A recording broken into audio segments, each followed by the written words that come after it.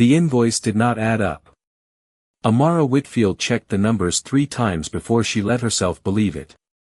11 months ago she had been Amara Whitfield, CPA, a woman clients trusted with numbers that mattered. Tonight she was the Marchetti Estates night housekeeper, sitting alone in a records office at 11 at night, a stolen hour she had claimed for herself after the last light in the house went dark. She was 27, black, sharp-eyed in a way her uniform did nothing to hide. She had taken this job 9 months earlier, after her accounting license was suspended and her name stopped meaning anything to the people who once trusted it. The Marchetti name ran an import and export company downtown. Guarded gates, a rotating security detail, and a hush that settled over any room Gabriel Marchetti walked into. None of it was explained on paper, yet every member of staff understood it within their first week. Dolores, the head housekeeper, had noticed her way with numbers within a week and quietly handed her the household receipts to reconcile. It was a small trust. Amara had never once betrayed it.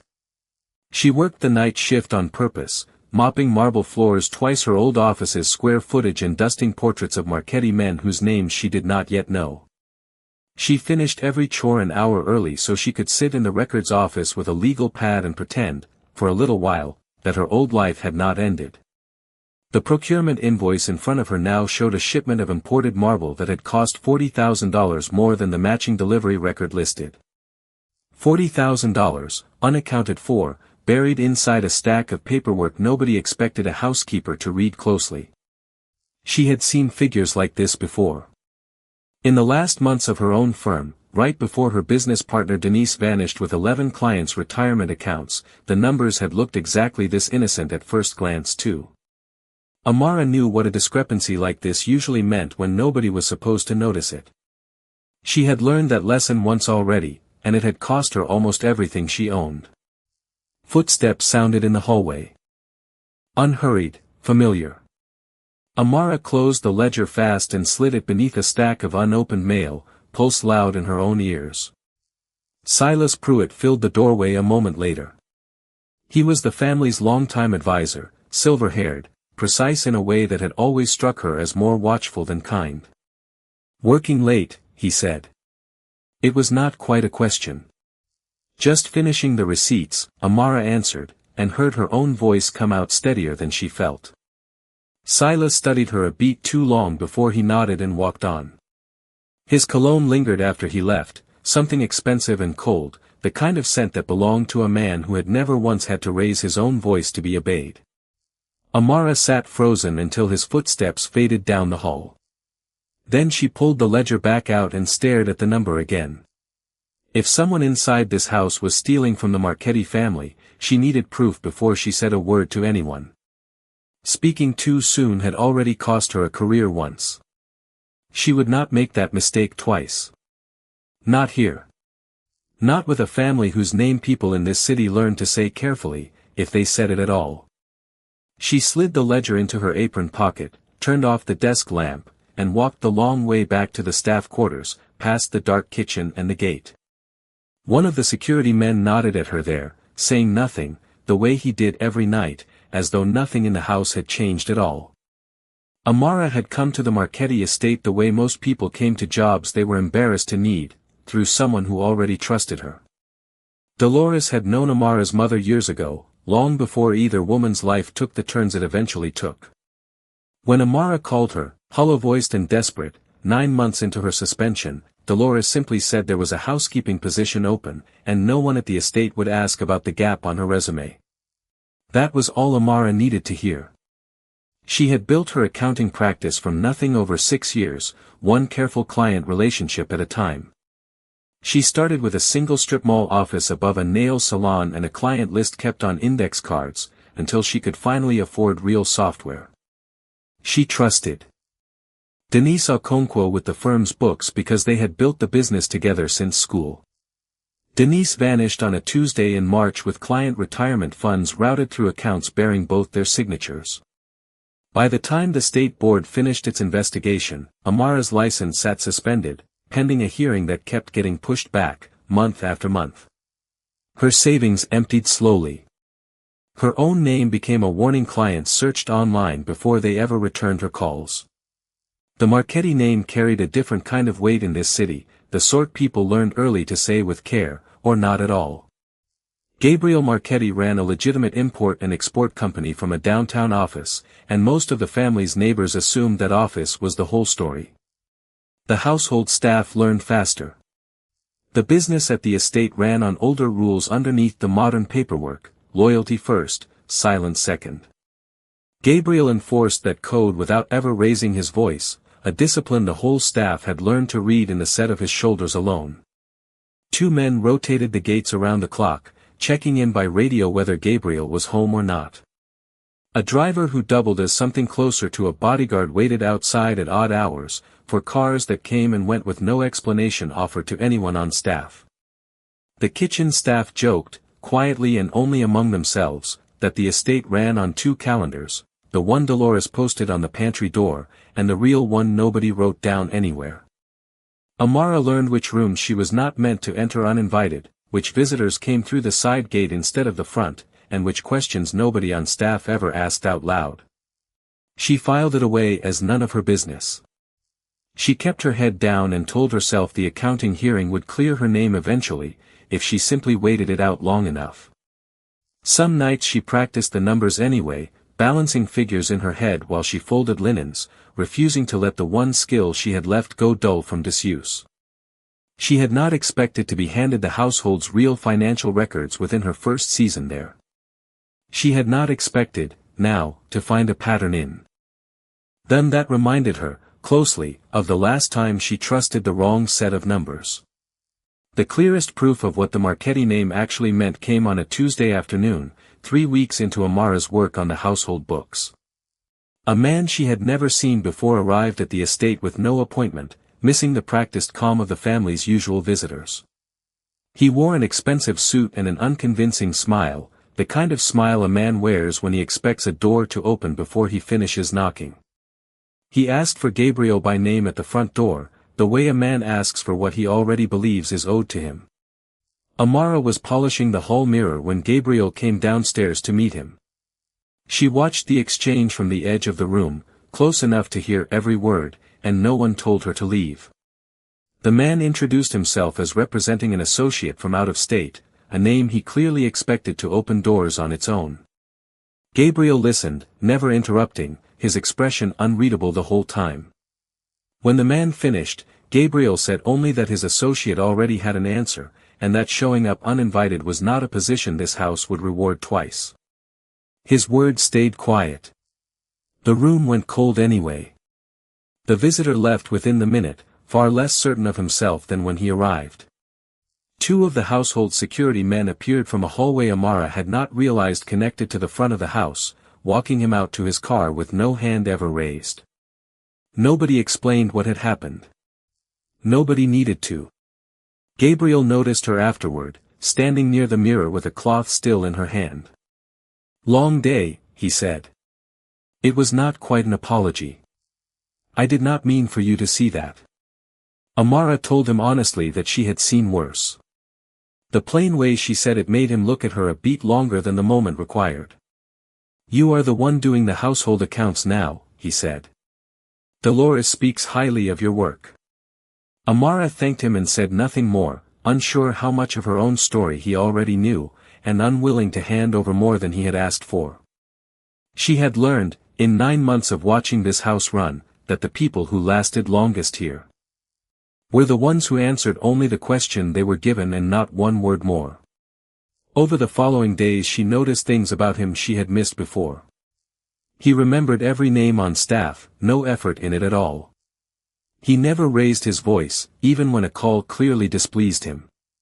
He carried a particular stillness into a room, one that made powerful men choose their next words with more care than usual. None of it read as menace.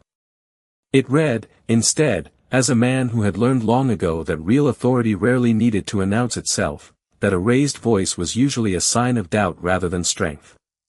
More than once, she caught herself lingering a few extra minutes in whatever room he happened to be working in, straightening a stack of books that did not need straightening, refilling a glass that was not yet empty. She told herself it was only because the house felt less empty with someone else awake in it too. She recognized the feeling for what it was long before she was ready to name it out loud. Silas Pruitt had run the Marchetti family's affairs for 30 years, longer than Gabriel had been alive to remember any version of the household that did not include him. Nobody on staff questioned his authority over the ledgers, the schedules, or the arrangements that kept the family's legitimate business running alongside everything it was not. He had an office 2 doors down from Gabriel's own, a corner room with a heavy oak desk and a view of the front gates, and he kept its door closed even when the room was empty. Amara noticed him differently after the night he caught her with the procurement ledger. He began appearing in rooms she was cleaning more often than felt accidental, asking after her work in a tone that sounded like concern and read, underneath it, as a warning dressed up as kindness. She overheard him on a call one afternoon, his voice pitched low behind the study's half-closed door, agreeing to a delivery schedule that matched nothing she had reconciled that week. When he saw her passing in the hallway afterward, he pushed the door shut, saying nothing. 2 days later, he found her in the hallway and mentioned it almost in passing. "Young Nico has grown careless with shipment paperwork lately," he said.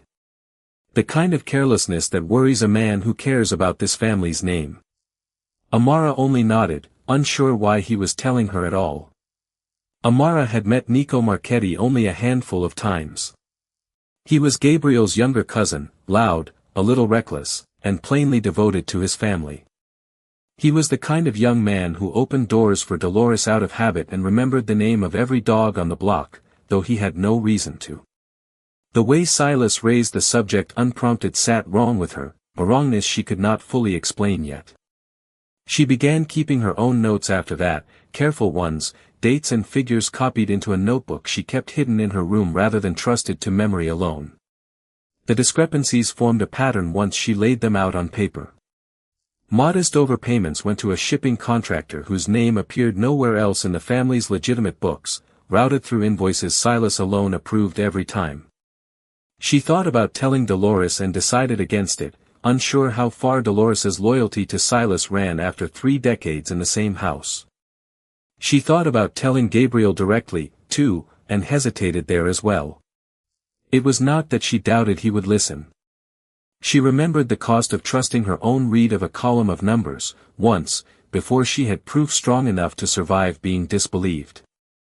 Nico's name kept surfacing in small ways that week, an offhand comment from one of the security men, a clipped remark from Silas over dinner about accountability finally catching up with people who took this family for granted. Amara recognized the shape of what was happening before she could name every piece of it. Someone was building a case against the wrong man, one manufactured detail at a time, and the real numbers already copied into her notebook told a very different story. She began locking her notebook inside the bottom drawer of her own dresser at night, a habit she had not needed since the last time a set of numbers had made her a target. Amara made her decision on a Thursday night, alone in her room with the notebook open on her lap and the household gone silent around her. She could destroy the notebook, forget what she had seen, and let whatever was coming for Nico happen while keeping her own fingerprints off it entirely. It was the safer path by every measure she had learned to trust since Denise disappeared, the kind of caution that had kept her fed and housed for 18 hard months when almost nothing else had. She had spent 18 months rebuilding a life around one hard lesson: speaking up too soon, before the proof was airtight, could cost her everything she had left. But Nico had done nothing wrong in any column of these books, as far as she could find. Underneath her caution sat a harder truth. She had stayed silent once before, in the early days at her own firm, when a number had not added up and she told herself it was not her place to ask. She would not make that mistake twice. She spent the following 2 nights photographing pages from the procurement ledger with her phone, returning each one to its exact place before Silas or anyone else could notice it had moved. On her one afternoon off, she rode the bus 40 minutes into the city and cross-referenced the shipping contractor's name against public business records. She used a library computer instead of anything traceable back to the estate, the way she once taught summer interns to keep their own research clean.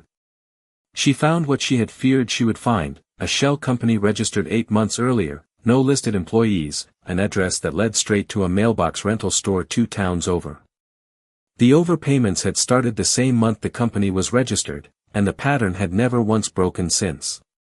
She still did not know who was meant to take the fall alongside Nico, or whether Silas was acting alone in this. She understood enough now to know it ran far deeper than a bookkeeping error someone would quietly correct behind closed doors.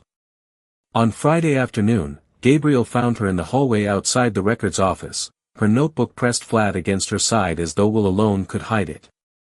"You have seemed distracted this week," he said.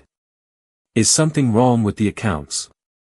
Amara studied him for a long moment, weighing everything speaking up had cost her before. "Not with the accounts I was hired to keep," she said. "With some of the ones I was not." Gabriel's expression did not change, but the look behind his eyes sharpened, the stillness she had come to recognize settling over him like a door swinging shut. "Tell me what you mean," he said.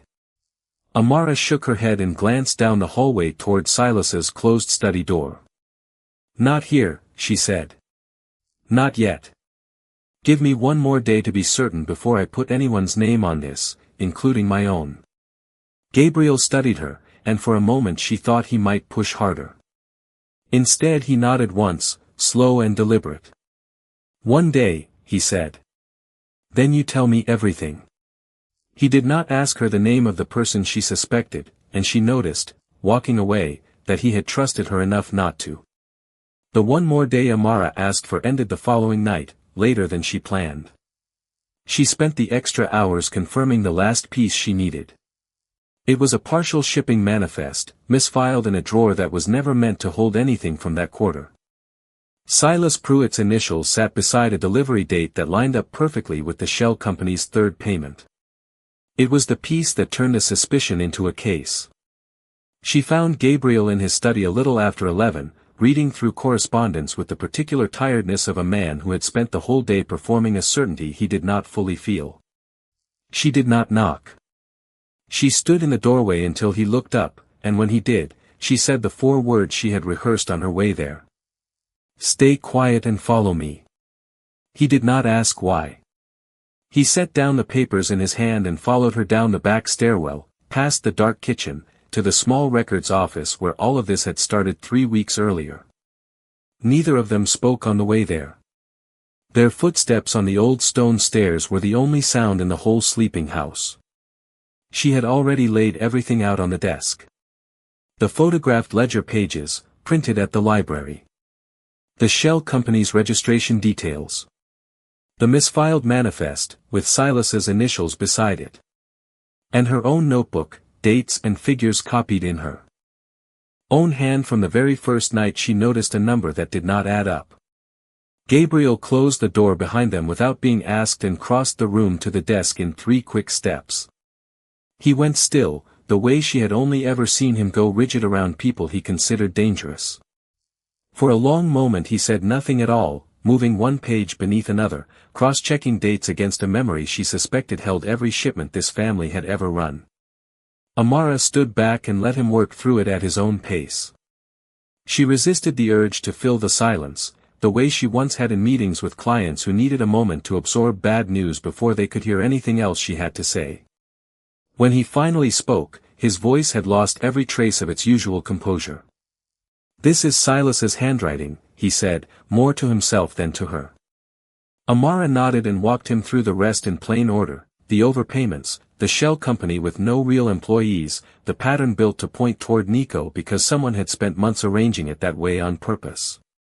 30 years of trust collapsed behind Gabriel's eyes in the space of a single printed page. Amara understood, watching him, exactly what this was about to cost him before either of them said another word. "Why show me tonight?" he asked finally, "and not weeks ago, the moment you first suspected?" "Because I know what it costs to accuse someone before the proof is strong enough to survive being disbelieved," she said. "I was not willing to hand you half a case and let you choose between a housekeeper's notebook and 30 years with a man you call family. I wanted to give you proof you could not argue your way out of believing." Gabriel looked at her then, really looked, the shock of the ledger sitting behind his eyes beside a feeling that had nothing to do with numbers at all. You did this alone, he said. 4 weeks. His voice was not accusing. It was closer to disbelief, the sound of a man realizing how much had happened around him that he had never noticed at all. Amara held his gaze and did not look away. I am done being the only one who knows, she said. That is why I am telling you now. Gabriel picked up the notebook last, turning it over once in his hands as though weighing it against everything he thought he had understood about his own house. He set it back down with a care that told her more than any word could have. They did not sleep that night, not really. Gabriel called nobody and told nobody. He sat with the evidence spread across the desk until the details stopped feeling impossible and started feeling like a plan he needed to build. Silas had been with the family before Gabriel was old enough to understand what the family truly was. He had taught Gabriel half of what he knew about running it, and had stood at his father's shoulder in photographs Gabriel kept in a drawer he rarely opened. Some part of Gabriel kept circling back to one question with no answer that satisfied him. Why? Amara did not have that answer, only the numbers, and she said so plainly when he asked her a second time, past 2 in the morning, as though repeating the question might change what the pages told him. By morning they had a plan of sorts, careful and incomplete. We watch, Gabriel said. We do not move until we know the whole shape of it, who else is involved, what happens to Nico if we get this wrong. Amara agreed, though the waiting cost her sleep she could not afford to lose. Amara would keep working the household books as though nothing had changed, watching for any sign that Silas suspected his ledger had been touched. Dolores noticed the strain around her eyes that week and asked twice if she was sleeping, and both times Amara said she was fine, hating the lie a little more each time she told it. It held for 4 full days. On the 5th morning, Amara found the procurement ledger back in its drawer, the pages arranged in a slightly different order than she had left them. She understood at once that Silas had gone looking and found the gap where his manifest used to be. She told Gabriel within the hour. This time she did not hesitate the way she had the first time she carried him bad news. It was her second real choice since the night she found the first discrepancy. She made it without needing anyone to talk her into it. She would help him build the rest of the case properly, in daylight, rather than let fear pull her back into silence now that the worst of the exposure had already happened. Silas moved faster than either of them expected. That same afternoon, security found falsified shipping records planted inside Nico's office desk. The records had been timed and dated to make it look as though Nico himself had been running the shell company for months. Nico swore, confused and furious, that he had never seen the papers before in his life. For the first time since this began, Amara watched real doubt cross a few faces in the room, doubt that had nothing to do with the truth. She recognized, with a cold drop in her stomach, how skilled a forger Silas truly was. Gabriel pulled her aside that evening, his composure thinner than she had seen it since the night in the records office. Silas is moving fast because he knows we are close, he said. If we move against him too soon, before everything is locked down, he has 30 years of goodwill in this family and I have a housekeeper's notebook. If we wait even a day too long, Nico takes the fall for a crime he never committed. Amara understood what Gabriel was asking, even though he never asked it outright. I have already built cases that had to survive people who wanted badly not to believe them, she said. Give me tonight. I will make sure what we bring him is not a case anyone in this house can argue away. Amara spent that night building a timeline the way she had once built cases for auditors who did not want to hear what her numbers proved. She worked methodically, every figure sourced, every date cross-referenced against a record no one could later claim had been altered. By morning she had matched the shell company's registration date to a bank record showing its account opening. Both documents tied back to Silas Pruitt's personal signature, on a notarized form he had almost certainly assumed no one outside a courtroom would ever request. It was the one document in the entire chain that could not be argued away as coincidence or a housekeeper's suspicion. Gabriel called a meeting of the family's senior circle for that evening, the kind of gathering that happened rarely enough that its rarity alone made people nervous. Silas arrived expecting to discuss Nico's punishment. He did not expect Amara to be standing near the door when he walked in, or Gabriel to lay the full timeline across the table without a single word of preamble. "Explain this," Gabriel said, sliding the notarized bank form across to him last. The room went silent in a way Amara had only heard once before, the day the uninvited visitor left the estate considerably less certain of himself than when he arrived. Silas did not deny it. He looked, instead, suddenly older than Amara had ever seen him, and when he finally spoke, his voice carried none of its usual precision. "Kovac's people found my daughter 4 years ago," he said. "Told me exactly what would happen to her if I stopped feeding them shipment schedules. I have been paying that debt in small pieces ever since, praying it would end before anyone here noticed. Framing Nico was never supposed to be real. I told myself it would only need to hold long enough to buy her 1 more year of safety." The room absorbed that in silence, old loyalty and fresh betrayal sitting uneasily next to each other, and Amara watched Gabriel's jaw tighten with a grief that had nothing to do with the numbers on the table. He could have chosen violence. Amara understood, standing there, that some of the men in that room expected nothing less, and that choosing it would have cost him nothing among people who measured strength that way. A few of them shifted where they stood, waiting for the order they assumed was coming. Instead, Gabriel told the room, evenly, that Silas would be removed from every position of trust in the family effective immediately. His daughter would be protected from Kovac retaliation through channels that did not require Silas's continued betrayal to maintain. What happened to Silas beyond that would be decided through the family's formal process, not through anyone's personal anger in this room tonight. It was not quite mercy. It cost him standing with men who wanted blood. Amara watched him spend that standing freely, the same way he had once spent it defending a threshold from a stranger with an expensive suit and someone else's name behind him. Nico's name was cleared before the meeting ended, the falsified records traced conclusively back to Silas's own handwriting once people finally knew to look for it. Gabriel turned to Amara last, in front of the room, and said the words she had not expected him to say so plainly, so publicly. "This family owes you a debt it cannot repay with a housekeeper's wages.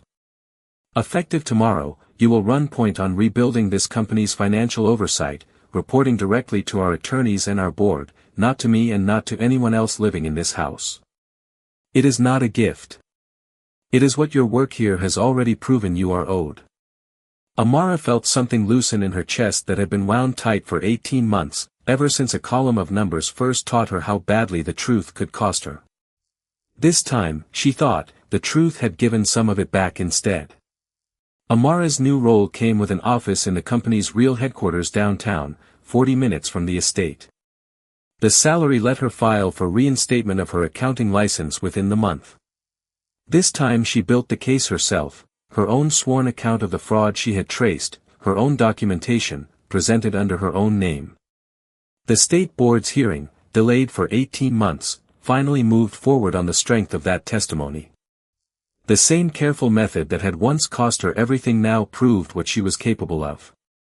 She stood in her new office the day the reinstatement letter arrived and read it twice before she let herself believe it, the way she once read a suspicious invoice 3 times before trusting what it told her. The office itself was modest, a desk and 2 chairs and a window overlooking a parking lot, but it was hers, with her own name printed on a door for the first time in almost 2 years. Dolores cried a little when Amara told her, and hugged her tight enough to lift her half off her feet, and Amara let herself feel, for once, that some debts really could be repaid. She saw Gabriel less often after that, by design more than accident. Both of them understood exactly what it would mean if the timing looked wrong to anyone yet processing what Silas had done to this family's trust. 3 months passed before Gabriel asked her to dinner somewhere that was not the estate, somewhere neither of them reported to the other about anything at all. He picked a neighborhood restaurant 2 blocks from her office, the kind of place with mismatched chairs and a menu written on a chalkboard. It was nothing like the estate's formal dining room, where every meal had once carried the weight of who was watching. "I wanted to ask you the day of the meeting," he admitted, over a table with no ledgers on it. "I did not think you would say yes to a man who signed your paycheck."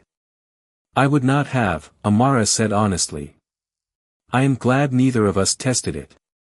Gabriel reached across the table then, not for a document this time, and asked her plainly whether the distance between them still needed to be so careful. Amara thought of the notebook she kept even now, dates and figures in her own hand, proof that some things were worth building slowly enough to survive being disbelieved. Not that careful, she said. Just honest. Gabriel smiled, the same unguarded look she had first glimpsed the night an uninvited stranger left his house, far less certain of himself. He asked if she remembered the 4 words that started all of this. Amara did. She had rehearsed them once, in a doorway, certain they would cost her everything she had left to lose. Stay quiet and follow me, she said again, softer this time, no evidence in her hands, nothing left to prove to anyone. Gabriel reached for her hand across the table instead of a ledger page. For the first time since the night she found a number that did not add up, Amara let herself believe some things really could be what they seemed. Outside the window, the city kept moving the way it always had, indifferent to the two of them. Amara thought that was precisely how she wanted it now, an ordinary evening she had earned the plain, unremarkable right to keep. Thank you for listening to this story. I wish you peace, always. I am Sunny, and I love you.